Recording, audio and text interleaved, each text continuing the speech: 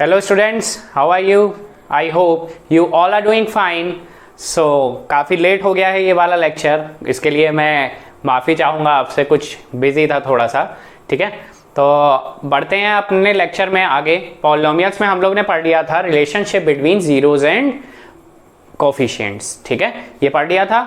इसमें मैंने तो आप लोगों को लीनियर पॉलिनोमियल और क्वाड्रेटिक पॉलिनोमियल के केसेस बता दिए थे। अब जो एक केस रहता है ये है क्यूबिक पॉलिनोमियल का। ये सिर्फ डिस्कशन के पर्पज से बता रहा हूं, वैसे इससे रिलेटेड क्वेश्चन सीबीएसई में नहीं आते हैं। ठीक है, लेकिन मैं आपको बता दे रहा हूं क्योंकि आपकी नॉलेज के लिए जरूरी है। तो पहले क्यूबिक पॉलिनोमियल की बात कर रहे हैं, तो क्यूबिक पॉलिनोमियल की सबसे पहले स्टैंडर्ड फॉर्म लिख देंगे, ax cube plus bx square plus cx plus d। ठीक है, px ये हमारा पॉलिनोमियल हो गया, ये इसकी स्टैंडर्ड फॉर्म है।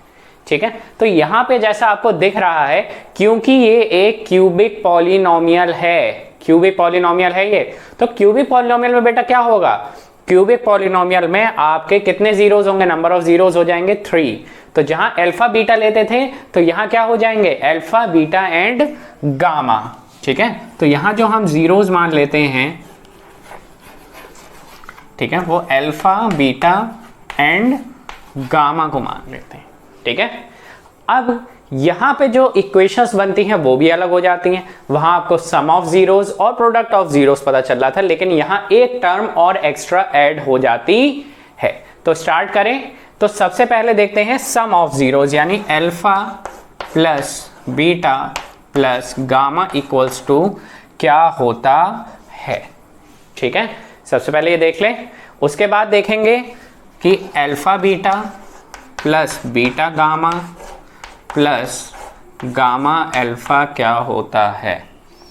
ठीक है, और लास्ट में देखेंगे अल्फा बीटा गामा, यानी प्रोडक्ट ऑफ जीरोस की, जिसको मैं कह रहा हूं, आपसे बार बार बात कर रहा हूं। तो ये तीन आपको इसमें देखने हैं कि इन तीन की वैल्यूज क्या क्या होती है। ठीक है, सिर्फ डिस्कशन के पर्पज से है बेटा, और इसमें ऐसा कुछ भी नहीं है जो आपको ज़्यादा इंपॉर्टेंट लग रहा हो इसको देख के। ठीक है ना, तो इसलिए सिर्फ डिस्कशन पर्पज से ही ये हम लोग डिस्कस कर रहे हैं। तो सबसे पहले है alpha plus beta plus gamma. ठीक है, तो एज यूजुअल जैसे वहां होती थी हमारी वैल्यू माइनस बी अपॉन ए, यहां भी माइनस बी अपॉन ए हो जाता है। फिर वहां सेकंड वैल्यू क्या होता था, product of zeros, that is alpha beta. ठीक है, वो क्या हो जाता था, सी अपॉन ए हो जाता था। यहां भी सिमिलर है, बट वहां पे प्रोडक्ट ऑफ जीरो, यहां पे क्या हुआ था, अल्फा, सॉरी ये अल्फा है। ठीक है, तो यहां पे एक टर्म ये आई अल्फा बीटा गामा, तो ये क्या हो गया आपका, इसकी वैल्यू क्या हो जाएगी अब, तो इसकी वैल्यू ध्यान रखना, इसकी वैल्यू हो जाती है माइनस डी अपॉन ए। ठीक है, माइनस डी अपॉन ए, ये चीज आपको ध्यान रखनी है। अगर याद करने के पर्पज से मैं बता रहा हूं आपको, अगर पढ़ना हो याद रखना हो तो याद रख लेना। तो स्टैंडर्ड फॉर्म याद रखनी है, और स्टैंडर्ड फॉर्म के बाद आपको ये तीनों इक्वेशन याद रखनी है कि alpha plus beta plus gamma कितना था, minus B upon A, alpha beta plus beta gamma plus gamma alpha, वही हमारा सी अपॉन ए जो प्रोडक्ट ऑफ जीरो होता था। लेकिन नेक्स्ट टर्म क्या आ गई थी, जो प्रोडक्ट ऑफ जीरो से अल्फा बीटा गामा, ये क्या हो गया यहाँ पे ये हो गया माइनस डी अपॉन ए। ठीक है, तो बस इतना सा समझना था।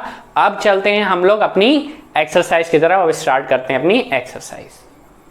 क्वेश्चन नंबर 1 क्या कह रहा है आपका, देखिए मैं सारे पार्ट्स कराना मुश्किल है एक ही वीडियो में, तो मैं आपको हार्डेस्ट पार्ट्स जो हैं वो कराऊंगा, सिमिलर पार्ट्स आप खुद ट्राई करके देखेंगे।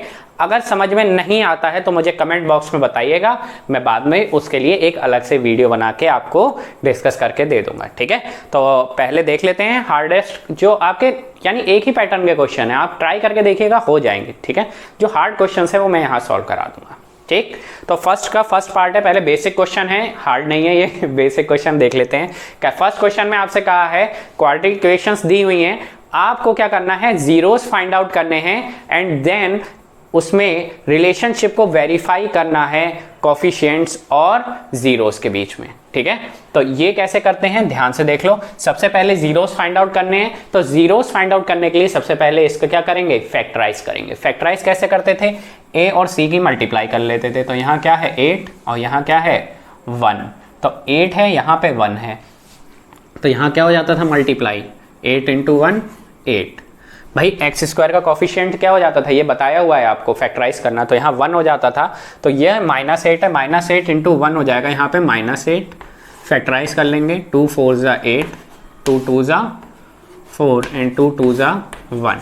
अब माइनस में बनाना है, ऑब्वियस सी बात है, 2 दिख रहा है हमें, तो 2 2 ज़ा 4, 4 माइनस 2 2 हो जाएगा। तो इसके फैक्टर्स क्या बन जाएंगे, x square minus 4x plus 2x minus 8। अब कहोगे सर ये माइनस का 4x और प्लस का 2x, अब तो कह रहे थे माइनस में बनेंगे, तो बेटा साइन अपोजिट ही है, यानी माइनस ही होगा। साइन अपोजिट का मतलब क्या होता है, वहाँ माइनस ही होता है, तो यहाँ पे इसलिए ये ऐसा है, ठीक है। और इनको सॉल्व करने पे आपको वापस यही टर्म आ जाए, ऐसे भी फैक्टराइज करना होता है। तो माइनस का 4x है, प्लस का 2x है, अगर आप देखेंगे तो वापस से यहीं आ जाएंगे, ठीक है। अब दो टर्म्स ले लेते थे, इन 2 टर्म्स में क्या कॉमन है, 2 टर्म्स में क्या कॉमन है, x कॉमन है, x माइनस 4 आ गया आपका ब्रैकेट में, यहाँ पे प्लस का दोनों में 2 कॉमन है, यहाँ भी ब्रैकेट में x माइनस 4 आ गया आपका। तो अब क्या हो जाता था, यहाँ से दोनों ब्रैकेट में x माइनस 4 कॉमन और दूसरा x प्लस 2। अब क्योंकि हमें यहाँ पे क्या फाइंड आउट करना है, हमें जीरोस फाइंड आउट करने हैं, इसलिए इक्वल्स टू किसके रख देते थे, 0 के रख देते थे। तो यहाँ से एक हो जाता था x माइनस 4 इक्वल्स टू 0, यहाँ से निकल आएगा x इक्वल्स टू 4, और यहाँ x प्लस 2 इक्वल्स टू 0, यहाँ से निकल आएगा x इक्वल्स टू -2, ठीक है। तो बोथ जीरोज आपके फाइंड आउट हो गए, यहाँ पे जीरोज हमें मिल गए अपने, एक 4 आ गया और एक -2 आ गया। अब हमें वेरीफाई करना है रिलेशनशिप, ठीक है। तो वेरीफाई करने के लिए क्या करते हैं, सबसे पहले तो इसको स्टैंडर्ड फॉर्म से कंपैरिजन कर लो, ठीक है ना। कंपैरिजन करने पे क्या मिलेगा, यहाँ से a b और c की वैल्यू मिल जाएगी। तो a की वैल्यू कंपैरिजन किससे करते हैं, ax स्क्वायर, यहाँ लिख दे रहा हूँ, ax square plus bx plus c से कंपैरिजन कर लें, किसका, यही जो पॉलिनोमियल हमें गिवन था इसका। तो यहाँ से a की वैल्यू क्या आ गई, a की वैल्यू आ गई 1, ठीक है, a की वैल्यू 1, b की वैल्यू -2 एंड c की वैल्यू -8, ठीक। अब हमें क्या करना है, सबसे पहले क्या निकालते हैं, सम ऑफ जीरोस, यानी अल्फा प्लस बीटा क्या होता था, -b upon a, -b upon a, minus लगा दिया। b की वैल्यू क्या है, यहाँ पे b की वैल्यू है -2, तो b की वैल्यू ब्रैकेट में क्या रख दी मैंने, -2, और एक ऑलरेडी माइनस पहले से है। a की वैल्यू क्या थी, 1, तो a की वैल्यू रख दी मैंने 1, तो माइनस और माइनस यहाँ पे क्या हो गया, प्लस, और अपॉन में 1 है तो ये भी आ जाएगा 2।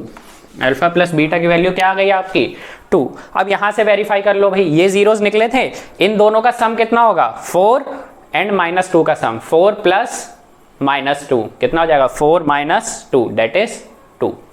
ये इसका अगर सम करोगे बेटा, एक 4 है एक -2 है, अगर दोनों को ऐड कर दोगे 4 और -2 को, तब भी 2 ही आएगा। तो वेरीफाई हो गया। अब product of zeros alpha beta क्या होता था, c अपॉन a, c की वैल्यू क्या है, -8 अपॉन a की वैल्यू 1, तो -8 अपॉन 1 का क्या आ गया, -8। अब अगर मल्टीप्लाई कर दें तो भाई प्रोडक्ट ऑफ जीरोज ही तो निकाला अल्फा बीटा, यहाँ से देख लो 4 इंटू -2, 4 इंटू -2 कितना हो गया, -8। ये हो गया आपका रिलेशनशिप वेरीफाई। फर्स्ट क्वेश्चन का फर्स्ट पार्ट था ये आपका, डिटेल से मैंने समझा दिया आपको।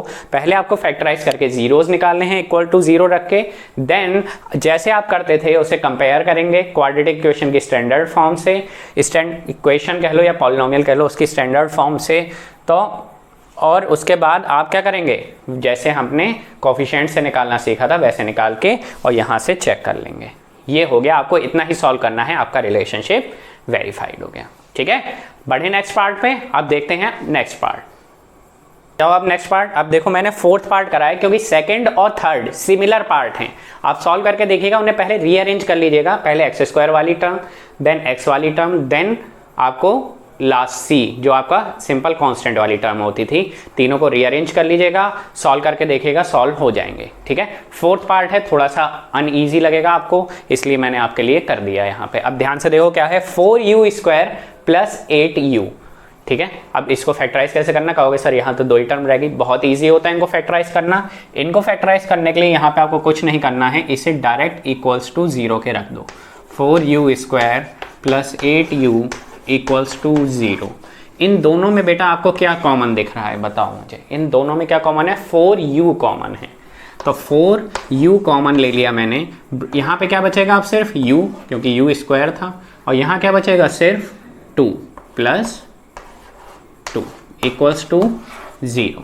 दो टर्म मिल गई, एक 4u हो गई और एक u प्लस 2 हो गई, दोनों हो गए इक्वल्स टू 0 के रख दो, तो एक हो जाएगा 4u इक्वल्स टू 0 और एक हो जाएगा u प्लस 2 इक्वल्स टू 0। तो यहाँ से कितना आ गया? u इक्वल्स टू 0 आ गया, क्योंकि 4 इधर डिवीजन में जाएगा, 0/4 भी 0 ही होता है। अब यहाँ से u इक्वल्स टू क्या आ जाएगा बेटा? u इक्वल्स टू आ जाएगा -2, यानी एक 0 आ गया आपका -2 और एक आ गया आपका 0। ठीक, अब आ जाए इसी फॉर्म पे अपनी ax² plus bx plus c। अब कहोगे सर यहाँ तो u है, तो ध्यान रखना बेटा पावर 2 जो है पावर 2 से कंपैरिजन, पावर 1 जो है पावर 1 से कंपैरिजन। ठीक है, तो u हो, v हो, x हो, y हो, z हो, उससे कोई फर्क नहीं पड़ता है, कंपैरिजन ऐसे ही होगा। तो ax² है, यहाँ 4u² है, ठीक है ना, तो a की वैल्यू क्या हो जाएगी यहाँ से? 4। bx है, यहाँ 8u है, तो b की वैल्यू कितनी हो जाएगी यहाँ से? 8। एंड c यहाँ पे दिख रहा है? नहीं, तो प्लस जब नहीं दिया तो क्या हो जाएगा? 0। तो c की वैल्यू क्या हो गई आपकी? 0। ठीक है, अब आ जाओ कोफिशिएंट से, alpha plus beta some of zeros minus b/a। तो b की वैल्यू क्या है मेरी? 8, तो माइनस लगा दूं यहाँ पे। 8/a की वैल्यू है 4, 8/4 कितना हो जाएगा? 4 2 8, यानी -2। अब बेटा यहाँ से देख ले जरा, 0 -2 ऐड कर देंगे दोनों को, 0 एंड -2 को ऐड करने में क्या आ जाएगा? -2 ही आएगा। वेरीफाई हो गया। अब बात आई अल्फा बीटा की, तो c/a, c की वैल्यू क्या है? 0, a की वैल्यू क्या है? 4, तो 0/4 की वैल्यू क्या हो गई? 0, यानी मल्टीप्लिकेशन क्या आ गया इनका? जीरोस का प्रोडक्ट ऑफ 0 आया। यहाँ से प्रोडक्ट कर लो, -2 इंटू 0, ये भी क्या हो गया?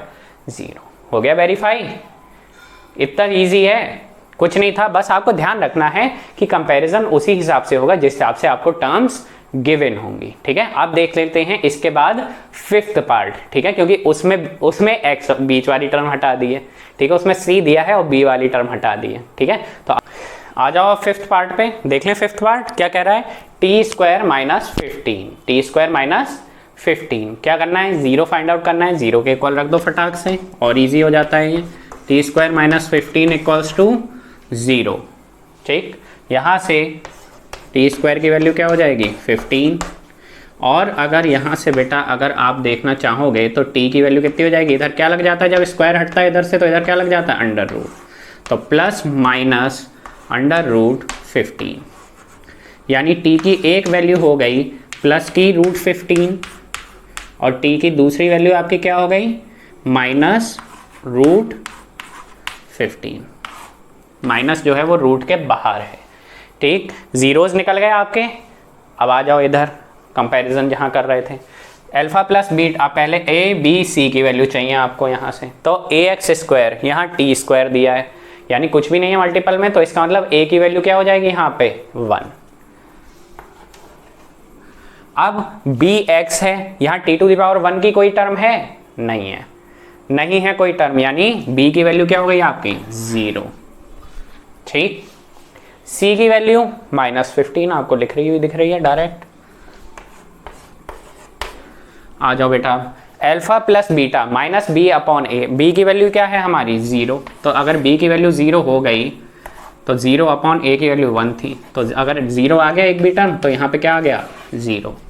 अब ऐड करके देख लो, एक प्लस का रूट 15 है, एक माइनस का रूट 15 है, अगर ऐड करेंगे तो दोनों कट जाएंगे और आंसर आ जाएगा 0, जो कि वहां पे भी आया है आपका 0। ठीक है, अब आ जाओ प्रोडक्ट ऑफ 0, c/a, c की वैल्यू क्या है? -15 अपॉन a की वैल्यू है 1, तो आंसर क्या आ जाएगा यहाँ पे आपका? -15।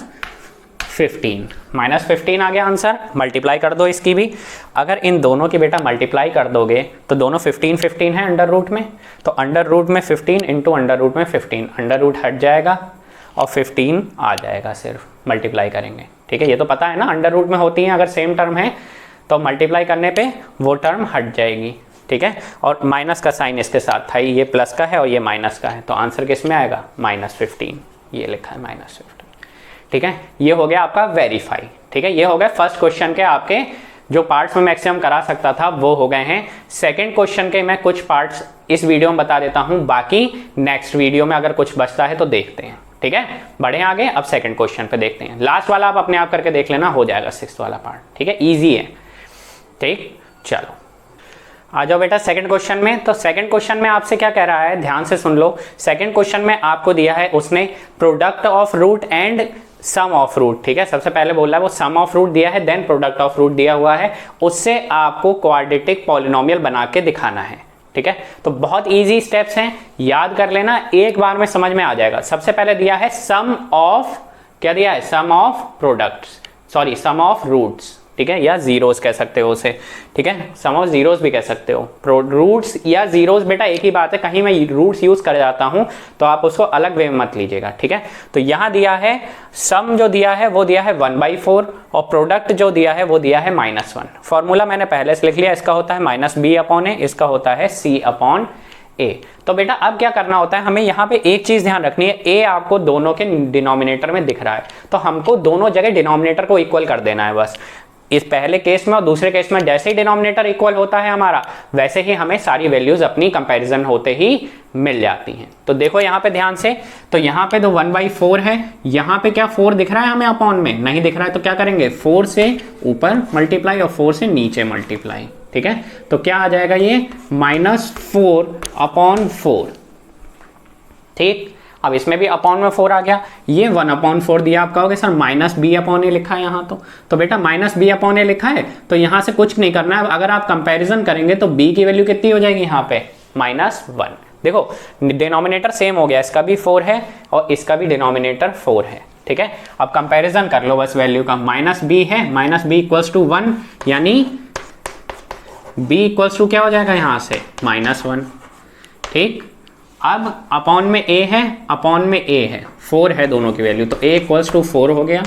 और ये कितना था c/a, तो c की वैल्यू कितनी हो जाएगी आपकी -4, ठीक। a b c की वैल्यू फाइंड आउट करनी है, इसके बाद सबसे सिंपल काम है ax² + bx + c, इसमें वैल्यू पुट कर दीजिए a b c की। तो a की वैल्यू हमने कितनी फाइंड आउट करी 4, तो यहाँ हो जाएगा 4x²।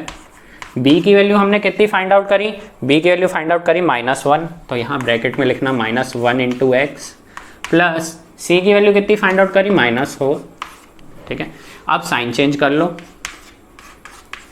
साइन चेंज कर लो जहाँ हो सकते हैं। साइन चेंज का मतलब यहाँ जैसे प्लस माइनस है तो क्या हो जाएगा माइनस, और 1 से मल्टीप्लाई तो सेम टर्म, यहाँ क्या हो जाएगा -4, तो ये आ गया 4x² - x - 4, ठीक है। तो x का पॉलिनोमियल बनाना है तो ax² + bx + c लिख लिया, y का बनाना होता तो ay² + by + c कर सकते थे, z का बनाना होता az² + bz + c। Process same रहेगा, डिनोमिनेटर सेम करना है और काम खत्म कर देना है, ठीक है। 1-2 पार्ट और देख लेते हैं इसके, फटाफट खत्म करते हैं फिर वीडियो को, ठीक है। हाँ भाई आ जाओ सेकंड पार्ट में। तो सेकंड पार्ट में क्या दिया है, सम दिया है √2 और प्रोडक्ट कितना दिया है 1/3। अब फिर से वही काम आपको बताया, डिनोमिनेटर सेम करना है सबसे पहले तो यहाँ 3 दिया हुआ है, यहाँ हम 3 कैसे बनाएंगे × 3/3, ठीक है। जिससे डिवाइड करते हैं उसी से मल्टीप्लाई करते हैं, जिससे कि बैलेंस रहे मामला, ठीक है। अब बेटा बता दो, यहाँ से c/a है तो a की वैल्यू कितनी हो जाएगी 3, c की वैल्यू 1 और फिर से वही -b की वैल्यू क्या हो जाएगी 3√2, यानी b की वैल्यू कितनी हो जाएगी -3√2, ठीक है। ये ध्यान रखना, अगर यहाँ प्लस में दिया हुआ है और यहाँ -b लिखा है तो b की वैल्यू माइनस में ही आएगी। अगर दोनों जगह माइनस होता तो b की वैल्यू पॉजिटिव हो जाती, ठीक है। ध्यान रखना ये चीज। अब काम वही, a b c तीनों की वैल्यू मिल गई, वैल्यू पुट आउट कर दीजिए। a की वैल्यू 3 है हमारी, तो 3x² प्लस b की वैल्यू कितनी है हमारी, b की वैल्यू कितनी आई -3√2, तो ब्रैकेट में -3√2x प्लस c की वैल्यू 1 + 1, तो यहाँ क्या हो जाएगा बेटा, क्या हो जाएगा 3x² माइनस 3√2x प्लस 1।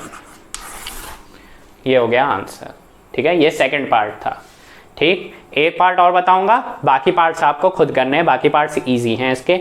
एक कॉम्प्लिकेटेड और पार्ट है, वो और बता दे रहा हूँ आपको, जिससे बाकी सब इजी लगेंगे आपको। ठीक है, उसके साथ ही एक्सरसाइज खत्म कर देंगे।